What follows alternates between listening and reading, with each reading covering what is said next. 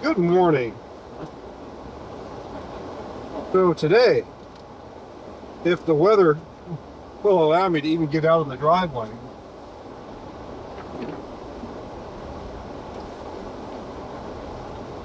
we'll try to make it to Meeker and back. Now over last night, from the time I pulled in at about after 5 in the afternoon from my Laramie drive, a gentle snow started falling, and apparently we were supposed to get something like a trace to 1 inch, like a coating to 1 inch. That was what my extremely ridiculous weather app told me. And that's what we look at now, weather apps. That's our thing. So I'm gonna do a little thing that I like to do here, just to make sure that I can get back up in there. Hopefully get back up in there.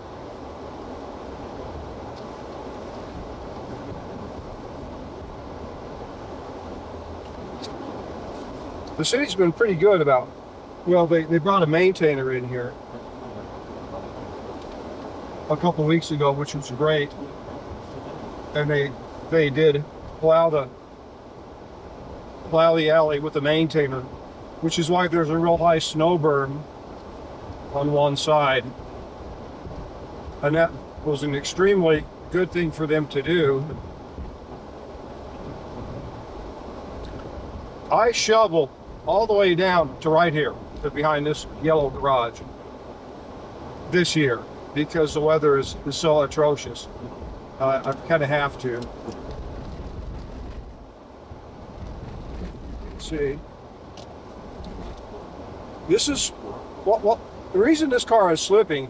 Well, we're on a 17% grade, I think is what it is, right here, and it is a dryish snow over the top of ice. So it's going to be this way, especially if I don't pack it down. But if I pack it down and let it set for a while, I noticed that the snow will compress into the new snow will compress a little bit better into the old snow. And it just helps a little bit getting up the alley. And then down here, there's wind that fills the alley up a little bit more. You can see it's like about not a foot deep, maybe 8 inches deep at the most down here. I think we got about 6 to 8 inches. That might be a little bit of an exaggeration because I'm annoyed with snow. So anyway, I'm going to call that good. That smashes down some of that snow. It'll have some time to, if we don't get more snow, it should allow that to happen. But I thought I'd just run the camera a little bit here in town on today, the 18th, I believe, of January. This is a Wednesday. This has been an interesting week of weather. Oh, that is slippery. I just slid. I don't know what the deal is.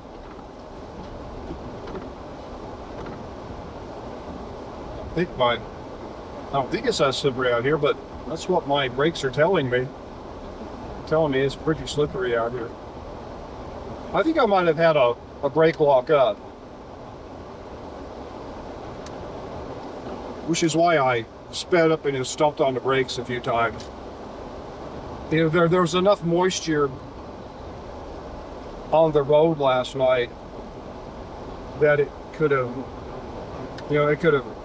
created some issue of some kind. So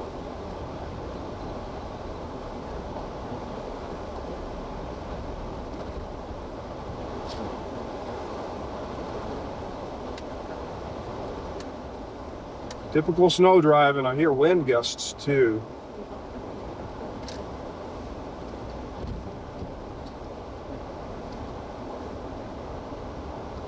We're going to take this letter inside.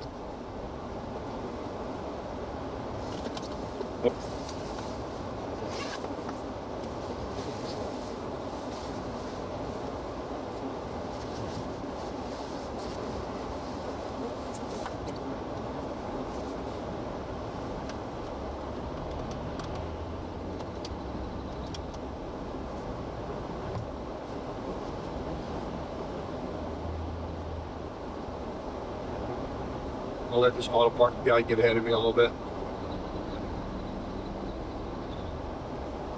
It's not really going to matter. You know, the sad thing is I'm trying to get distance between this guy in front of me, but I got a big old truck with big old tires coming behind me in the slop, who, no matter what I do, if I slow down enough to keep from getting junk on Windsor from the guy in front of me, the guy behind me will pass me and junk me up anyway. So sometimes life is just that way. Sometimes you're going to get crapped on regardless of what you do. I don't believe that we're just seeing that right now.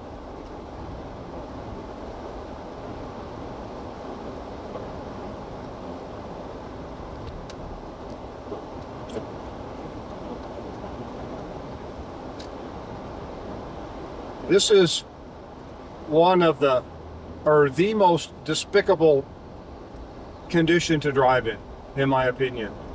We have wind, so we could well have blizzard-like conditions. We've already had that this morning. We have really soggy snow.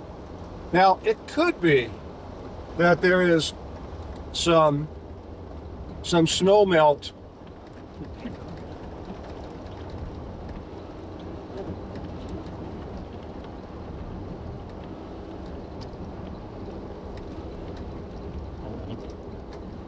there's a snow melt in the sand on the road that's creating this issue.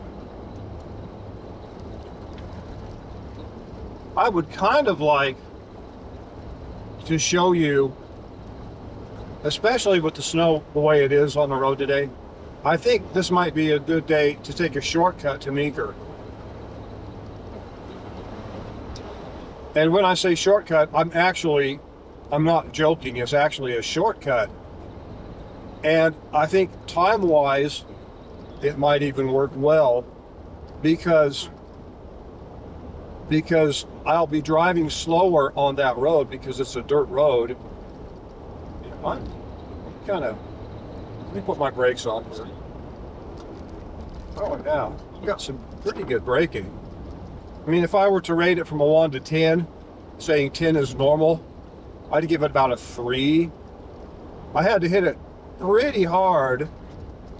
Yeah, of course I got snow here. I've got sand in the snow. I had to hit it reasonably hard before it would slide. So I do think I just had one of my brakes was maybe coated with ice or something. I don't know. I have no idea. All I know is the car sat outside all night, wet at first, then freezing, then in a blowing, drifting snow. So who knows what gremlins attacked my car overnight. Little bastards. If indeed that was the case.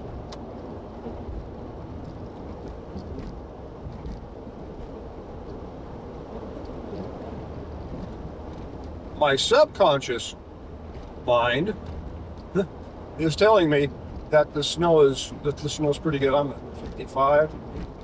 Yeah, that isn't bad. It's not bad. I think we're okay to. Now, encouraging signs is that we're looking roughly south right now, and actually we're looking sort of southwest, and I'm seeing not really dark, stormy looking clouds, and I'm not even seeing snow falling. I'm seeing higher, lighter clouds, which might mean that this is moving out. That would be nice.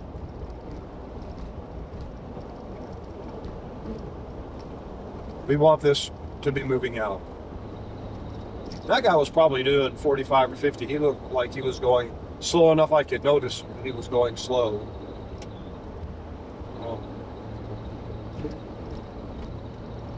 So yeah, I think we'll give Yellow Jacket Pass a try. Yellow Jacket Pass is a really, really cool pass. It is a shortcut to Meeker, but there's also a back way into Meeker from the north, actually, and from the east. So we'll see what the roads look like. I'm late enough that I would guess that road has been plowed. If that road hasn't been plowed, it's definitely been driven on by either local ranchers or snowmobilers. Yeah, or government wonks rushing around in their fancy trucks. Why do I say that? Because I had a Forest Service employee in Wyoming pass me. He was probably doing about 75, 76, into 70. And it made me question what kind of emergency does a Forest Service employee need to go that fast for? He wasn't running his emergency lights, if he even had them. I don't know if he does or not. Now I'm just being a little bit facetious. Being a little bit facetious, Bob.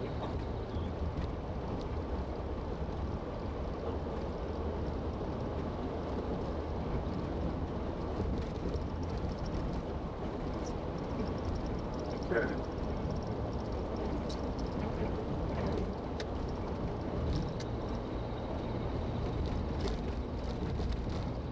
Let's see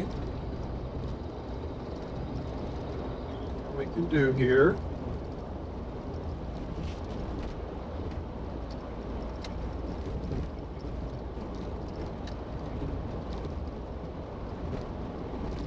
I love the snowplow guys, but I really hate to be behind them.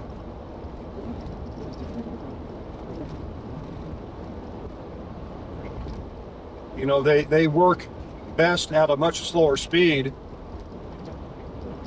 They can't really do the speed that we do, because they're hanging their blade into this pile of snow that may or may not be structurally firm, that may or may not throw them around.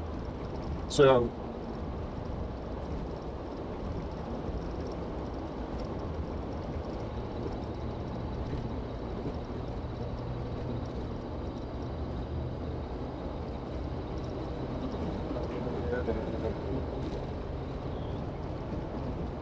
get around the tri-state truck.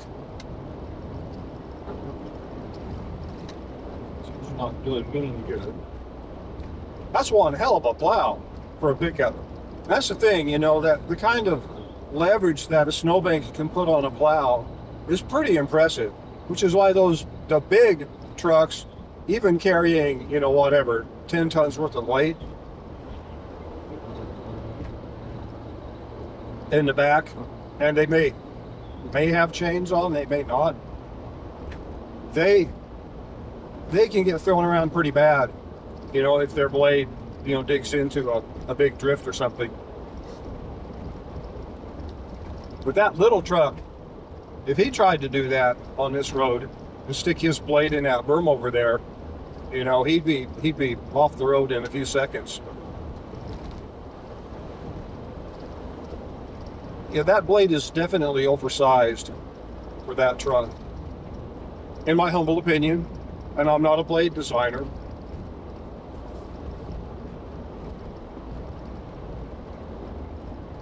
Nor have I studied blade design. These are my disclaimers. So I don't really know whether that blade is oversized for that truck, but it looks to me like you could definitely get in a lot of trouble with a blade that sticks out a foot wider than the width of your truck.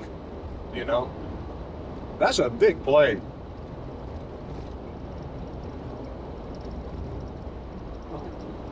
No.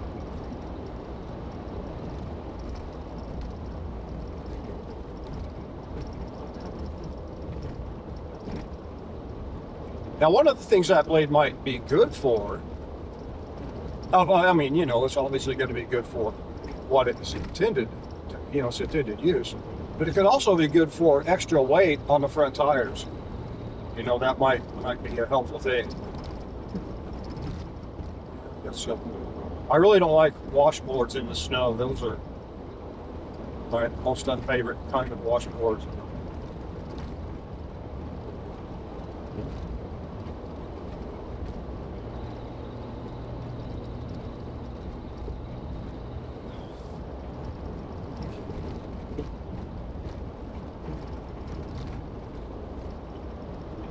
Yeah, the typical speed in this canyon in a snow like this, I've noticed, is about between 45 and 50. And that's just kind of the average vehicle. And, you know, with some people going faster and some people going slower. I guess the bell curve, you know, plays a role in something like this also.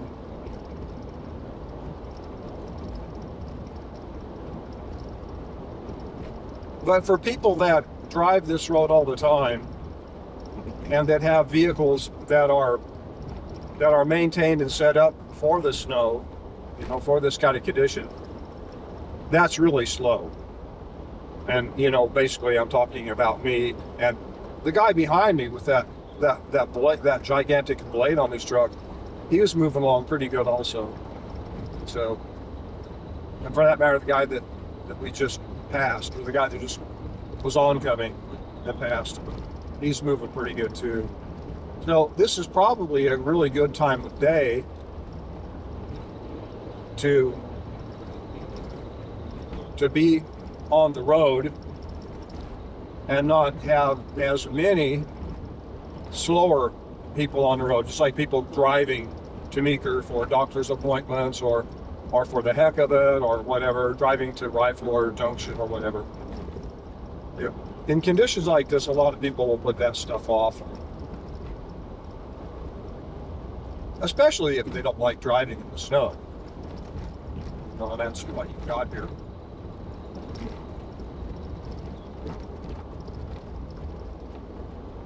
It's interesting that I started this channel thinking, well, everything's going to devolve to politics. And I'm not necessarily wrong about that thinking, but I noticed that I spend a heck of a lot of time just talking about weather, talking about snow, tires, you know, traction or non, berms, visibility.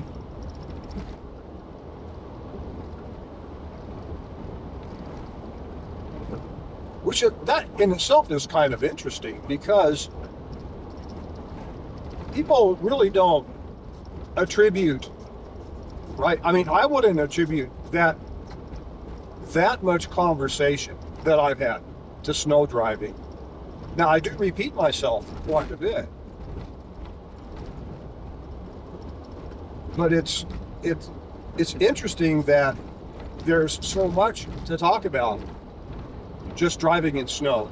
There's so many things, I suppose, that can happen, and they're probably mainly to the bad side, but there are also, I'm really lazy with the word there is, I say there's.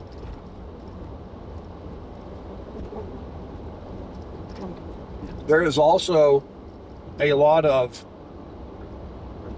positive information that comes out of this too, you know. Just the observations of the road conditions.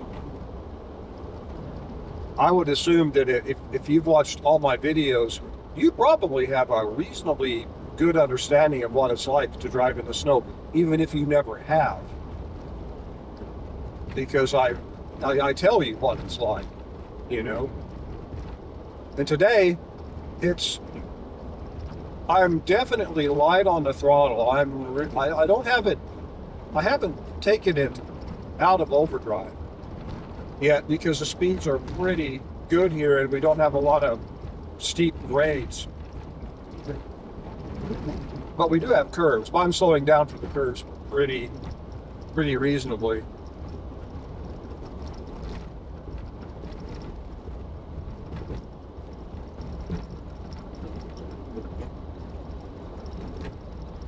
Here we are in Hamilton. Neat old house there. There's a neat old cabin up here. A guy that I used to work with, him and his family owns this cabin. Apparently 5 or 6 of them co-own it.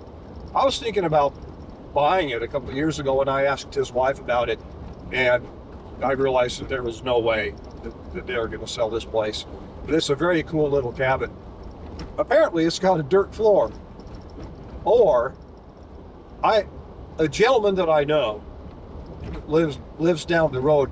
I don't know if he's still around or not. He's older guy. Actually went to school with my mom in Denver. How cool was that? I mean, they went to school together. They were in high school. He ran a ranch. Actually, the direction that I would like to go. He ran a ranch that down there. I'm sure I'll point it out to you. Right under Sleepy Cat Mountain. I think that they must have some snow melt in their sand because look at this. We're getting, and I'm kind of torn about snow melt. Yes, I'm changing subjects quickly here because snow melt can make the road worse.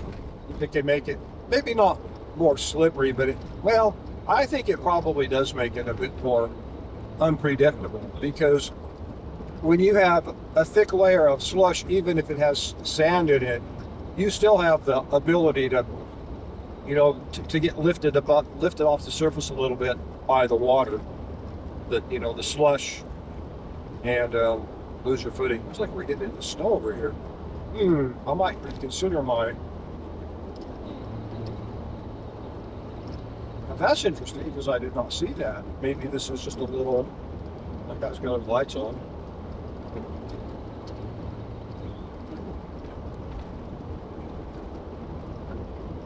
That guy has his lights on.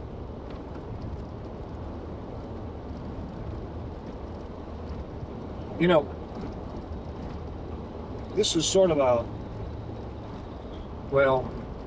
maybe there's a bit of a cloud stuck behind this hill, kind of stuck and laying out some snow. That's my feeling about it.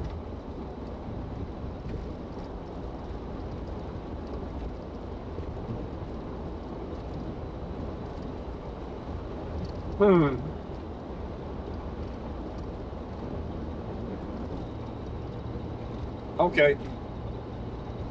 I think what I'll do is I will take a look at the road almost at noon. It's a little after 11.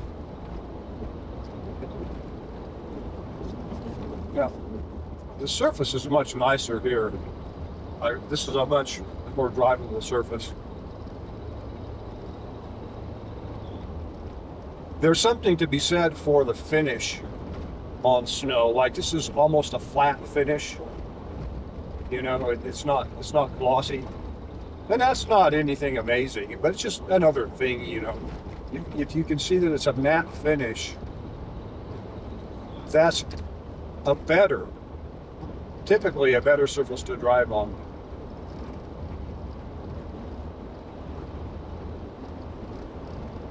I'm not so sure that I want to. Well, then again, here's my issue.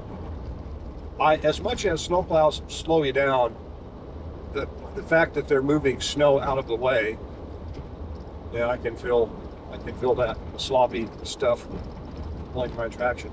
As much as they they are slowing you down, they are moving, large amounts of material out of the way. So one of the things that will be difficult on this particular drive, well, a couple things. One thing that's going to be difficult is actually seeing the edge of the road, because that road's not going to be maintained like this. I'm going to say no. Not only that, but the reason to go over there was really to show you the countryside. But if we're getting, I just passed that turn off. If we're getting this much snow here in the valley, I don't have any confidence at all that you're going to be able to see the things that I would like you to see. So we're going to go ahead and just do Highway 13 on in, and we might come back to the west. Yeah, I might do that. I was on that road. It's a cool little road. It's a neat back road, definitely a back road. It might be, well, I'll see what the conditions look like in Meeker. Yeah. How interesting. So, yeah, I think that was right. It looks to me like the snow is up against. All right, fair enough. Maybe we'll shoot around to the west, come back, because I can see that looks better. I can actually see where that road goes on the horizon.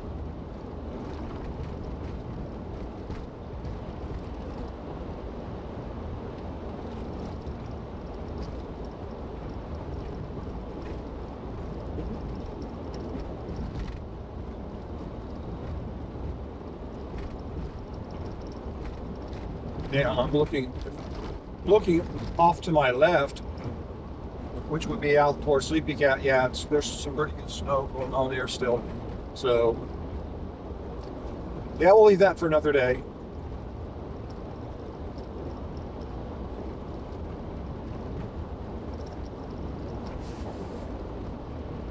This drive is not particularly one of my favorite drives on 13. I've just done it so much that you drive something so long and you've seen it all before. But last year was kind of an exception. We had a beautiful fall and actually a beautiful summer. And this area was greener than I've ever seen it in the summer. And it was more colorful in the fall than I've ever seen it. And it made me question the accepted wisdom of fall foliage colors, which I read somewhere that fall foliage is brighter after a dry summer than after a wet summer. And we've experienced both in the last few years. The dry summer, the fall foliage was very underwhelming. And the wet summer, the fall foliage was shockingly amazing. I wish I had this mount done. I was thinking that as I was driving through the fall foliage, thinking, man, if I'd just love to have this mount done so that I could take good photographs of this area. Just shockingly beautiful. So I think that's reasonable evidence to question what I read. And now that I see all this, I've seen all this, I wish that I had remembered the source of that information so that I could go back and take a look and just kind of see, look at it again, because they were incredibly wrong. Pretty much 180 degrees off.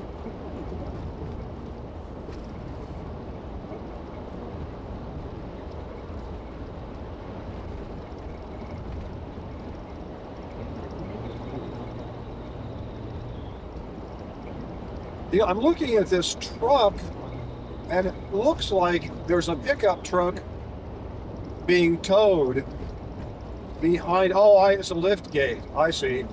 That lift gate, which is folded up, reminds me of the back window of a pickup truck.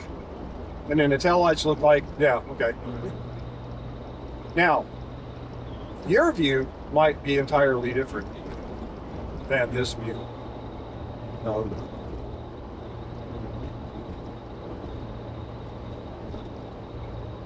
And I don't know that I want to pass this guy, but I don't know that I want to get my windshield decorated with all that junk. So I might just go ahead and in a moment or two to go ahead and get on around this guy.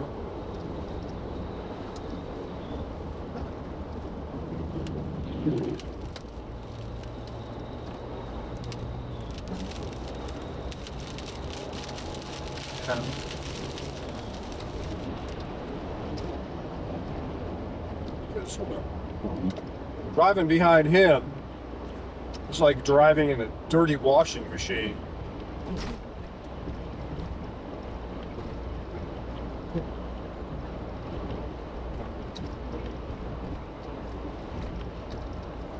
I'm sure you can see a little bit of the dirt that these wipers won't catch.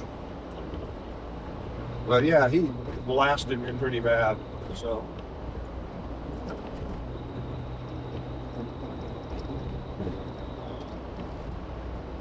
Yuck.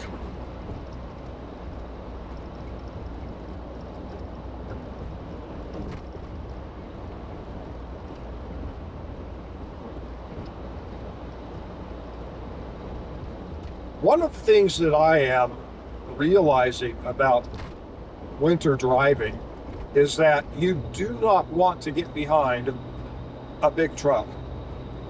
No offense to truck drivers at all, but a big truck with a trailer like that usually has 18 tires, big tires that are throwing up anything that they contact that can be thrown up, which is why it's like going through this dirty washing machine. Now, I'm sure I'm not telling you anything you don't know, but you got to get if you've never done this, you got a first-hand experience of what it's like to pass. It doesn't look nearly as bad until you experience it like that, and then it's like, holy crap. That's why a lot of people will just hang back. They don't want to even go through that moment of terror. And it is a bit of a moment of terror.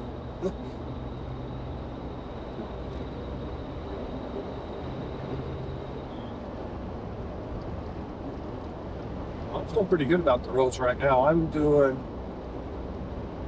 not up to 65, but I'm up above 60. So, let's see how the brakes, yeah, the brakes aren't bad. I didn't hit the brakes very hard. When I'm going 60, I don't do that. I do it a little bit. I don't overdo it.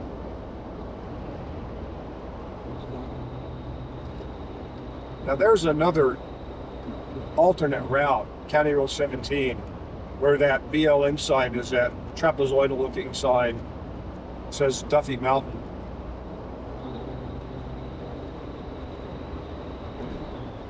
There are some really interesting roads. One of the roads that I think is really interesting that I have filmed a couple times, but I've never published it. It's called Wilson Creek. And it's actually just one mountain range over to the right from us. And if I'm not mistaken, the valley somewhat mirrors this valley. Somewhat. But there is a mine on top of this hill that we're beside. That we just passed Colorado Coal Company.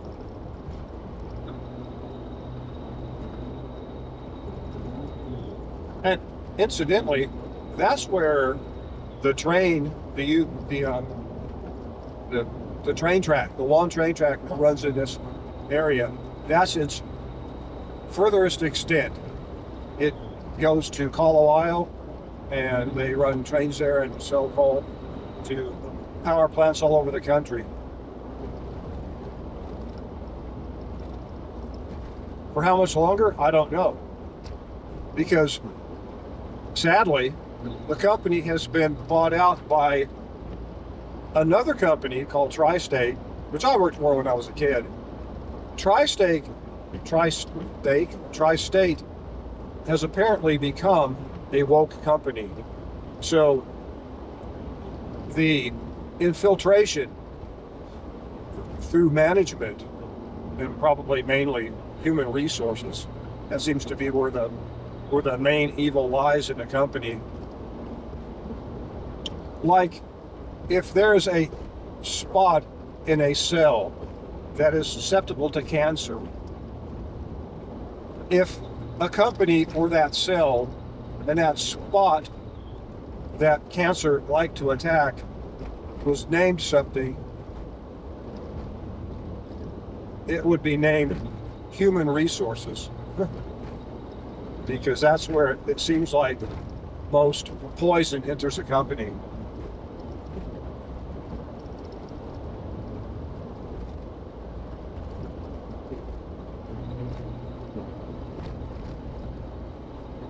Anyway, they're a woke company.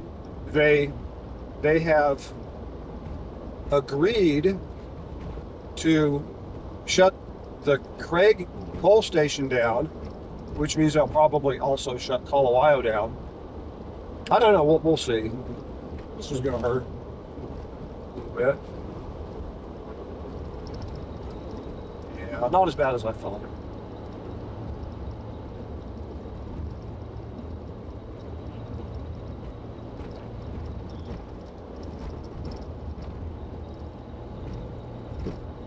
That's one of the side effects of a snowplow that, you know, you kind of have to get used to.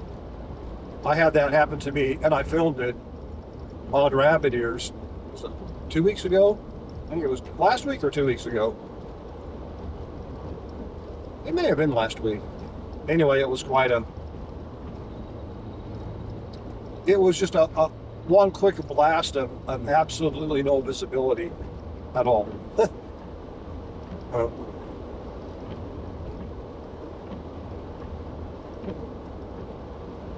Yeah, we're kind of with the whiteout thing here. I think a little bit of it is because that car had to be installed under a little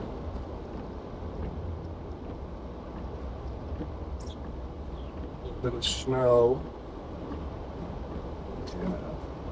Get around him when I can, if I can. See where they're going.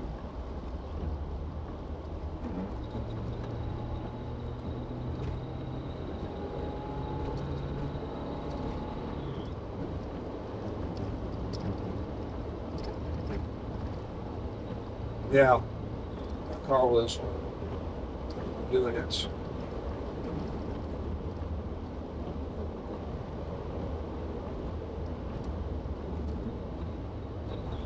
so we do have some bad conditions here. I can't quite see the roadway well enough to know how much snow is on it. Well, I can see a little bit better here. I hope that's ice and not rocks. And an inch or two. It's just we're just getting a lot of whiteout condition going on here. Actually, let me turn my lights on so that other people can see me.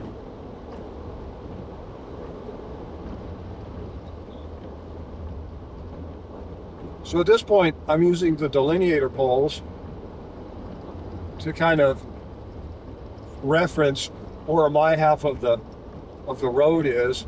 I can see a little bit over there. I can't see a lot. I think that could have been a state patrol.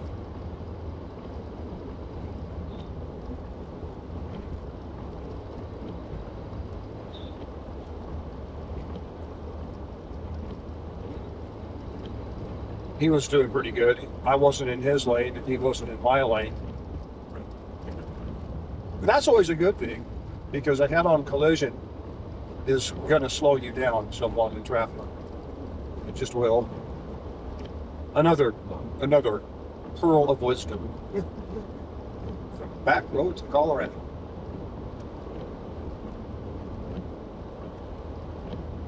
You know, I guess if the riding shotgun guy is Mountain Mike, oh yeah, look at that. Now, because that was a, oh yeah, he's tagged. Okay. Because the state patrolman just came down the road, I didn't figure anybody was in that car.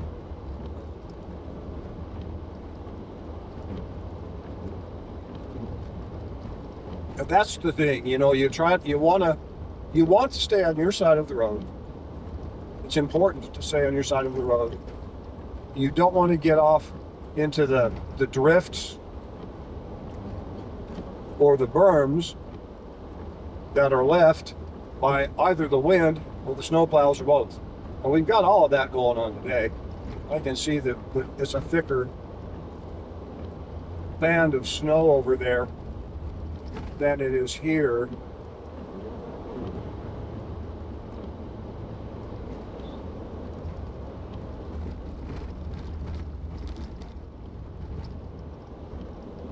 You can see this a little bit better. And I've noticed this camera gives me a much better view of the road. So the view that you're seeing is a much better defined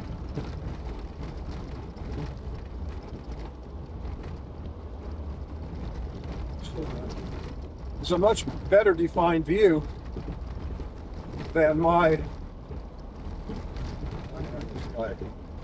he got it.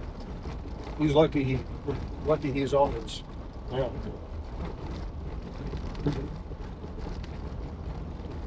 It's lucky he didn't get it worse than that. I guess this guy can see. So I'll not bother flashing him. I can look at my mirror and see that. So can he.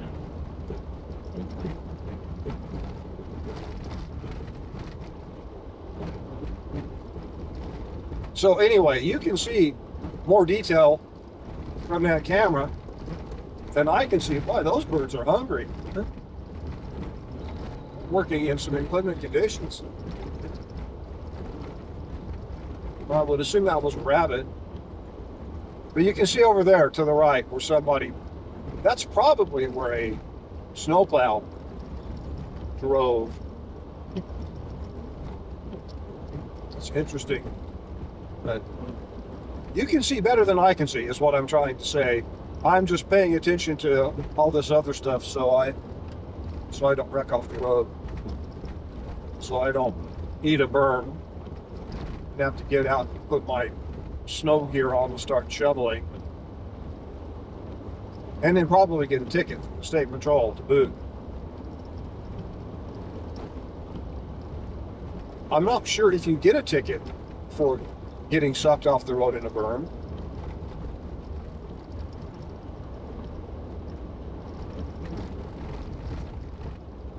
And I don't want to find out.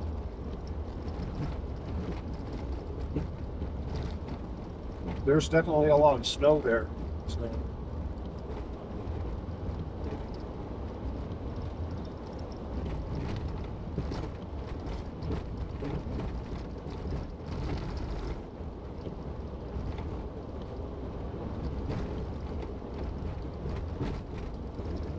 I'm also assuming from the bumpiness of the road that we either have washboards from the drift or back where that truck was off the road. You notice there was a bunch of chunks of dark material everywhere. It looks to me like that was probably, I'm going to guess that was the top layer of sand on somebody's plow truck that had gotten wet yesterday from whatever, and frozen overnight, and finally broke up as it was shaken and, you know, conveyed down through the little spreader gadget, shuttled over the road by really big pieces. Oh yeah, we got a lot of them. We got a lot of them. Great.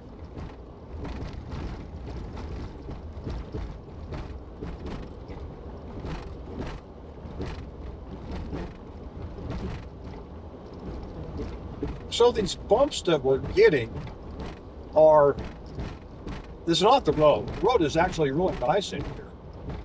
It's the snow that's blowing across it and drift that's been compacted by every vehicle that's driven up here. So, kind of nasty.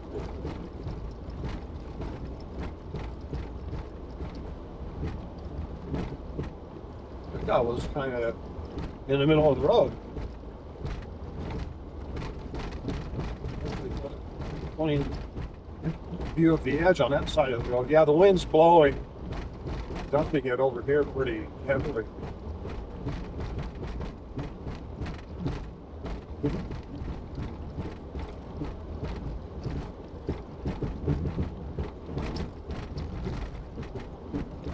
Yet another little perk of driving in the winter. Somebody was stuck here. Hold out. Yeah. Washboards where none existed 10 minutes ago. Tomorrow they'll probably be gone.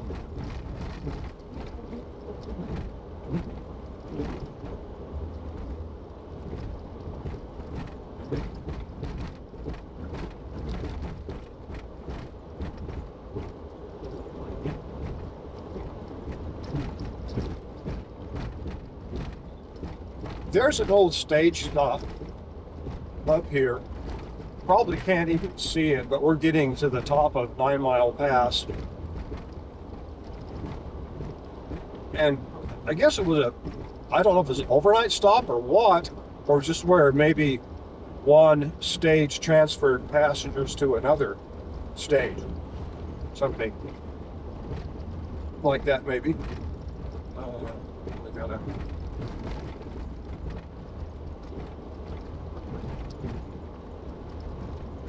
Yeah, I'm definitely in the yucky side of this. These guys are doing pretty good. They're giving me room. But this could happen. You know, you get a vehicle that is scared. Oh, by the way, I have a story for you. Yesterday, coming back from Laramie, I was in a steamboat, and steamboat's about 42 miles away from Craig. Coming home, and I noticed ahead of me a semi-truck, I think it was a JB Hunt trailer, going about 15 in a 40, and he was in front of me. There was no way of getting around him. He continued driving. The fastest I think he ever got was maybe 40 miles an hour. But as soon as he got into anything that even remotely resembled ice, he slowed down to about 15, well, about 25. Yeah, 15. That felt a lot slower than that. I'm going to go ahead and take my overdrive out. This is a pretty steep hill. My big deal here would be a drift. You know, that's just blowing from a valley that grabs me and tries to mess with me. That would be my big deal. Anyway, so I couldn't get around him. We got out of Steamboat. We made it all the way to Hayden, which is 25 miles roughly. Actually, we got to a passing lane a few miles east of Hayden, and a bunch of us passed that guy. 5 of us got around him. But behind us was probably 50 to maybe even, I don't know, 100 vehicles, because it was about the time people were driving home from work. And this guy would not get off the side of the road to let anybody go by. And I was cussing that rotten bastard. I don't care what his issue was. I don't care at all. He was a stingy, rotten bastard to do what he did. He stayed on the road. He blocked like I say, he could have blocked 100 vehicles, and he didn't give one crap. He was just a selfish piece of crap. He shouldn't have been a truck driver. He shouldn't have been in that truck. And I don't know if he was a citizen or not, because I know that the trucking companies are hiring a lot of non-citizens to drive trucks. And if he was one of those, he needs to find another job, get the hell out of this country, something, because he was messing up everybody. I'm not the only one that was pissed at this guy, and there are probably people that have no idea why it was going so slowly. And so if they ever see this video and they put two and two together, which would have been, what, the 17th yesterday? 17th, 18th?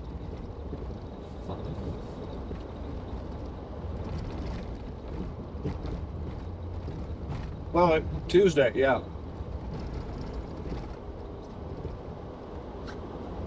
Anyway, it was quite ridiculous. It was terrible. I wish that a policeman would have seen that, because a policeman would have pulled that bastard over and made him let people go by. I mean, I have no words to say how annoyed I get about people that slow other people down and that have a long line of traffic behind them and they don't give one shit. It's like these other people don't even exist. I don't understand that philosophy. I don't get it. Just pull the hell over. Let people get around you. You know, I've got my little Samurai is a slow little car. I'm not too concerned about that guy. My Samurai is a slow little car. When I get on the road, I pull over and let people go by me. I don't slow them down. Well, let me say, the only caveat to that, the only exception to that, will be if I'm in an area where I can't actually get far enough out of the lane so someone can comfortably get around me. That doesn't usually happen. There's usually a pretty good shoulder everywhere, especially for a narrow little car like that. So I don't have people getting mad at me. I pull over, and it doesn't impede my progress at all. I mean, I'm going slow anyway in the Samurai. In the state of Washington, which is a horribly liberal state, it's a sad thing that it's so liberal. But it's like every other state. The people are losing their voice, and the bureaucratic voice is replacing the people's voice. That's what's happening. It's not that this country is becoming more liberal, leftist. It's the leftists have found a way to take over this country, and the conservatives don't know how to react to it yet. So the leftists are just running roughshod. Anyway, at risk of getting into political stuff, the state of Washington has, I think it's, if you're holding 4 or more cars back behind you, you have to pull over. It's a law. That should be in Colorado. That should be in every state.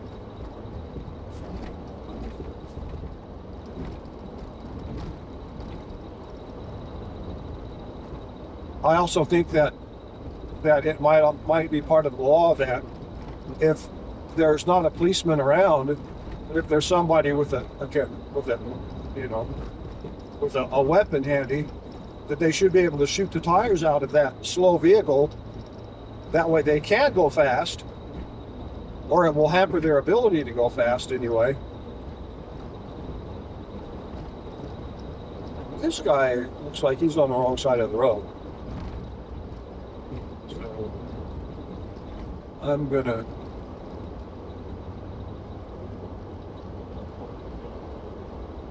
air gas. He probably,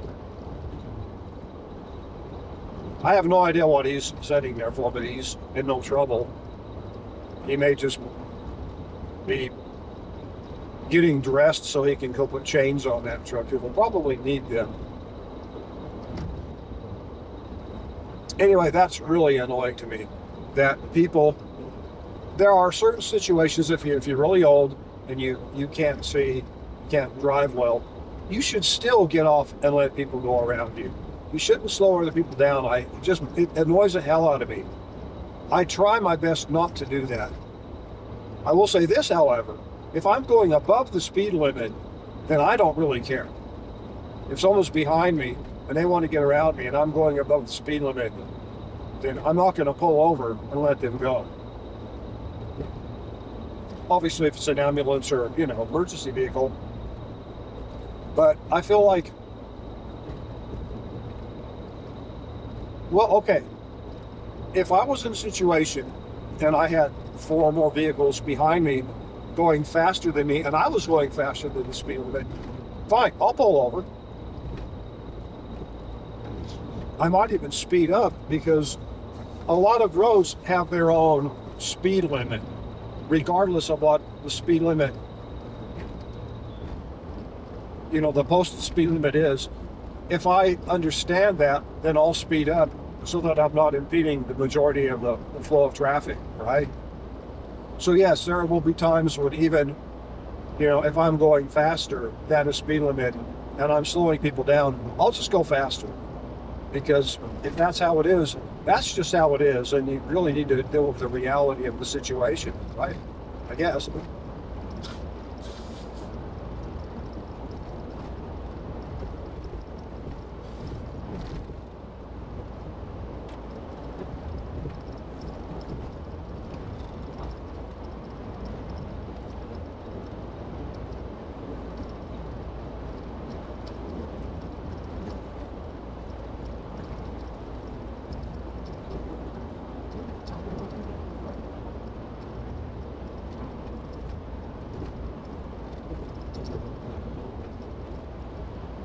All right, so I'm gonna, yeah.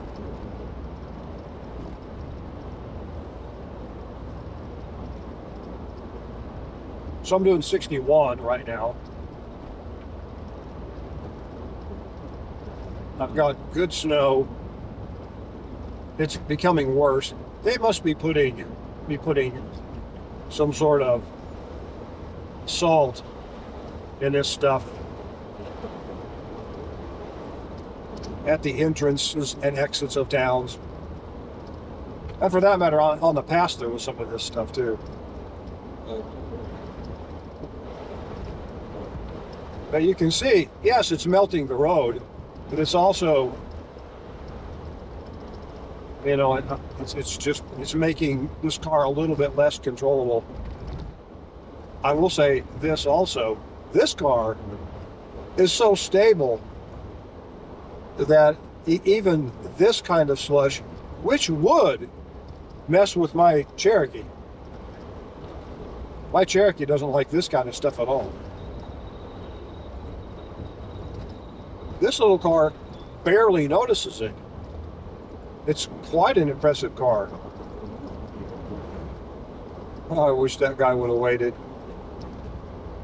I gotta follow him. Well, actually, this is a pretty good example of what I was talking about the other day. When you see that there's a berm all the way out there, past the edge of the road, and I was telling you that sometimes that edge of that berm could be 6 or 8 feet away from the tires of that truck. There's an example. I didn't elaborate because we were in a snowstorm, but that wing blade is what, okay, we could see it there, now we can't see it.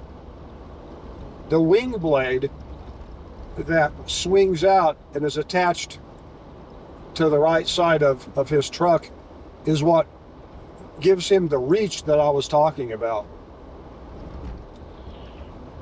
Now, if he doesn't have that wing blade, he still has a little bit of width beyond his tires, but that wing blade is what really does it. So if you drive all the way out there, in certain situations, you're driving off the road. Now he's getting the median, and he's also getting, he's kind of getting, he's getting the lane and the median. The only other vehicle that can do that, well, piece of machinery that can do that would be a maintainer. The maintainers are pretty cool because they also have wing blades, But even on a machine that doesn't have a wing blade like that, with a maintainer, you can, at least the maintainers that I've ran before, you can move that blade all the way over to the left or to the right, and you can shoot it all the way out where you can almost, and I think maybe, no, you can blade an area beyond the edge of your tires. You know, like you might have a nice smooth area. You can put that blade out and you can do the side of a hill with it or something. Like the side of a bar ditch or something, you know, where you're not driving on it, you're just shaping it. So, anyway, for what it's worth, you got to see that wing blade in action. And I'm going to turn here.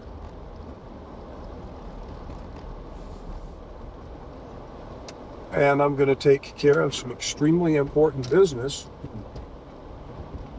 which it is for the customers and for my customers and my employer. My little deal is a pretty big deal.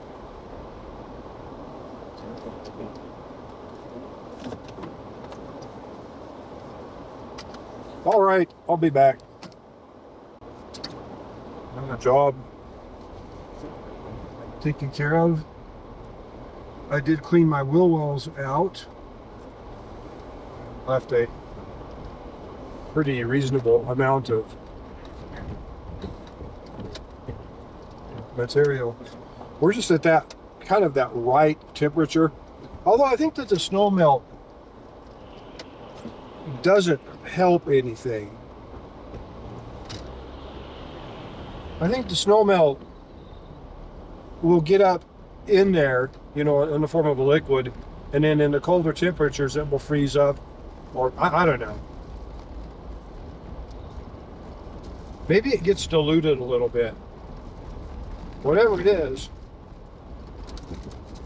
it's kind of messy.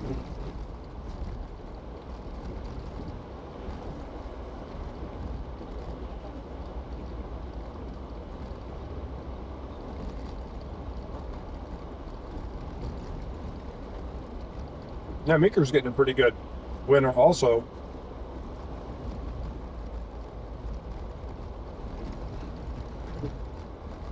I don't think they've got as much snow. Well, they might have.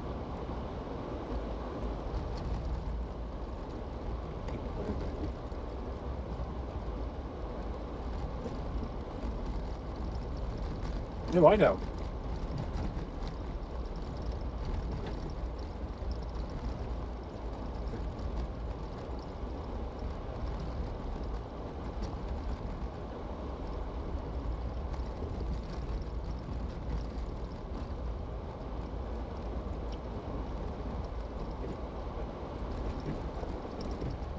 Look at that little bit of sun.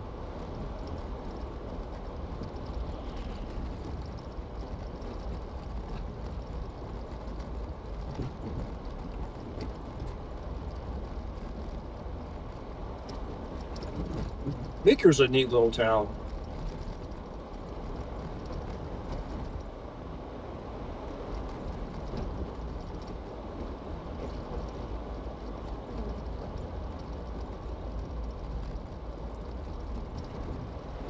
There's a really wealthy guy who had a house up east of here, up was it the White River? Yeah, probably the White River Valley, up around Buford, a little town called Buford, which is a neat place in itself. When I was a kid, I would go to the Spring Caves out in that area around Buford.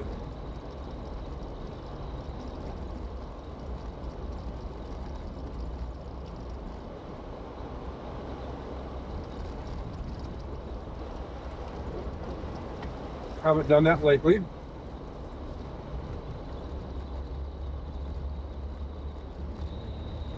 Just don't have the urge to be a spelunker. The urge that I used to have.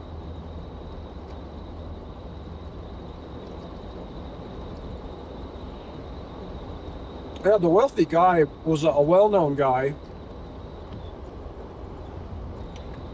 And he had I don't know if he was the owner of the company. I think he might have been.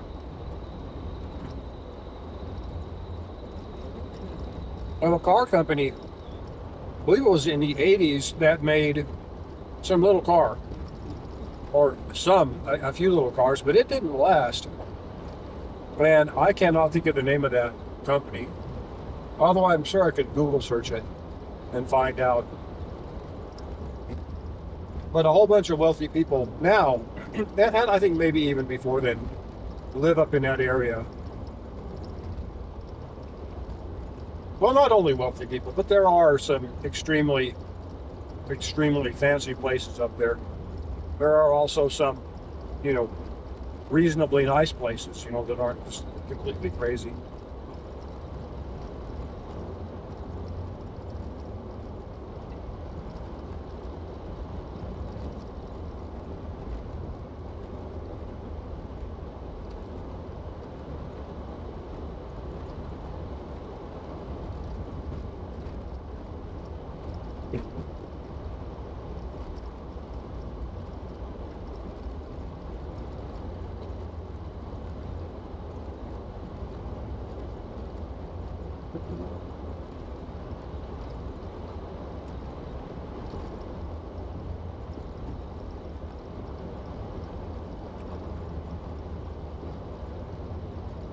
It looks to me like we could be tailing a stolen car.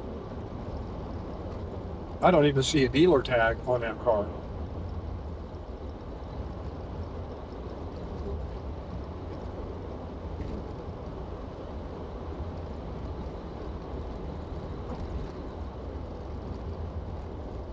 Would you like me to make a citizen's arrest?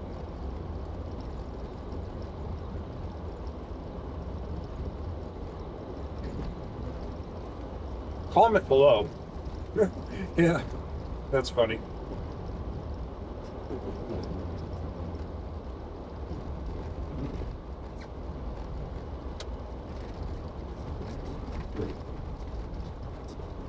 Oh, that's my turn. Didn't see it.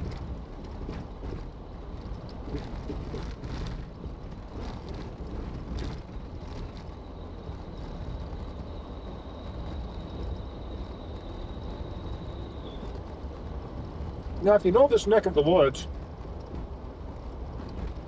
you know that I'm on Highway 64 that goes to Rangeley.